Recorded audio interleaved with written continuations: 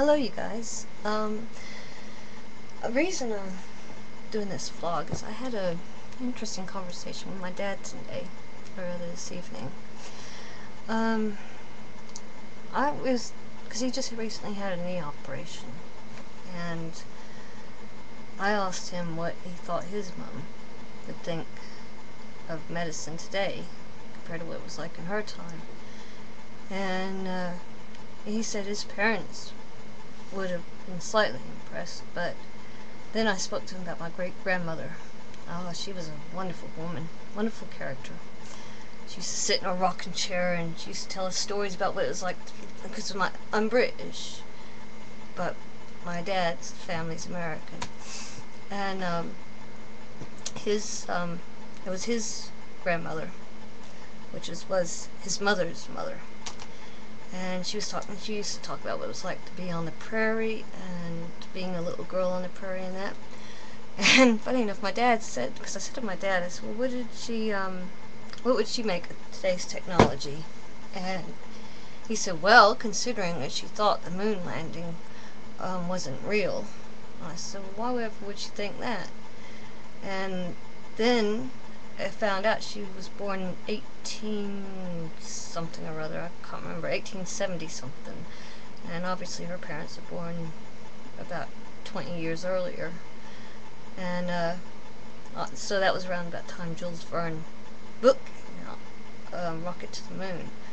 See, now, well, this is what I'm getting at. I mean, when he wrote that, my grandmother was probably a little girl, and that was classed as science fiction, okay, and so what would they really think of our technology today, huh? I mean, what if we took someone from the 1800s and brought them and showed them what we've got now? I think that would just be, that'd be too much for them. You know, it'd just be, well, it'd be like some people, just for argument's sake, we see a group of beings arrive from another planet who's far more technologically advanced than us. You know, we're going to be sort of blown away by it, of course, because our technology isn't as advanced as theirs. But technology is something that people can learn to adapt to. It's not nothing to be frightened of. I mean, but my great-grandmother, who I was on about, she would probably be, because she was growing up when the first telephone was installed, and I mean, I even asked her, I said, well, what would your parents make of the motor car? Well, see, her parents never saw a motor car, did they? Her parents had the horse and carriage. They didn't have a horseless buggy when they were growing up, did they? So I said to her, what would they make of that? And she wasn't really sure. And see, this is what's interesting about my great-grandmother. She remembered being a child on the prairie, going in horse and buggy, and she actually saw, through her lifetime, because she was in her 80s or something when she died, but she saw in her lifetime the horseless carriage, then seeing the motor car. She died in the 70s, so in the 60s she saw the moon landing, and she saw the newer cars, she saw motorways, you know, everything that we take for granted today. These are things her parents would have never seen in their lifetime, but yet she got to see them being developed, and it makes you wonder, you know, these things that we see, things that people like to shove off as science fiction, and one day it's going to be science fact. And you know, our technology is developing all the time. And like my dad said something as well. My dad's a pretty wise man. He said, back then, especially when it came to science, technology, people were limited. They had very narrow thinking, very narrow minds.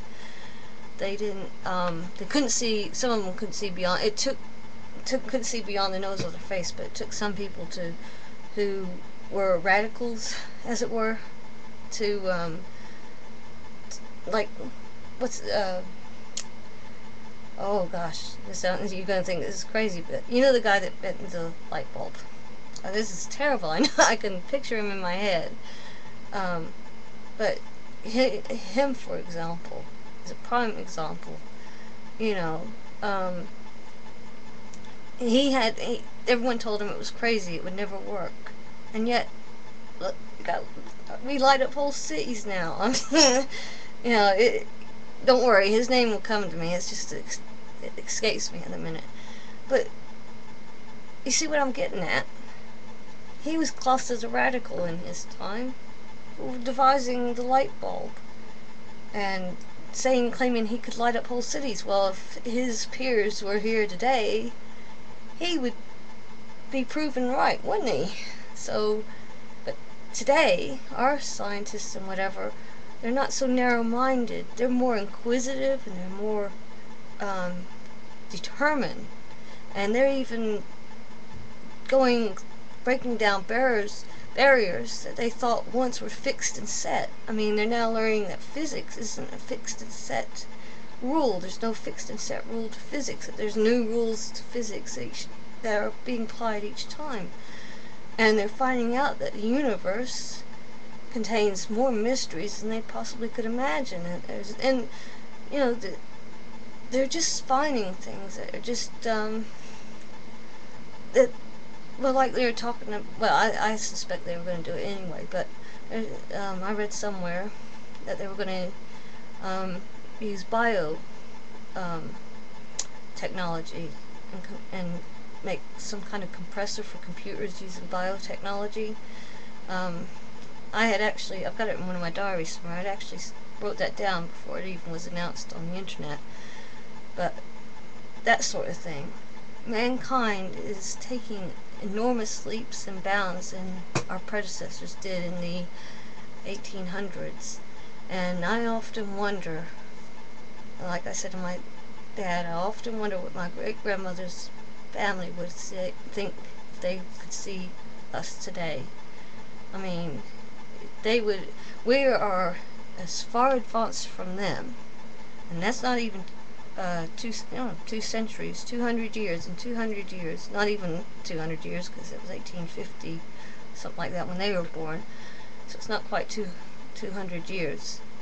We have come so far from the horse and carriage, and some people think, well, that's a lot of years, but really it's not that long.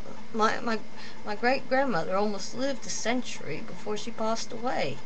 So, you know, it's a generation, and what's gonna be there in for the next generations to come. I hope I'm around to see who knows, we might even be able to time travel in the next 10-20 years. I hope I'm around to see that. But I'll just leave that with you and ask yourself, what would your great-great-grandparents think of today, and what would they make of technology that we take for granted? I mean, in the 60s, this was classed as science fiction. Now it's science reality, and that's only, 40 short years? So, well, no, not even that. So, there you go. Proof is in the pudding. It's 9:30 here, so I shan't keep going on, because I gotta take my medication. Love, light, and peace, you guys. Mwah.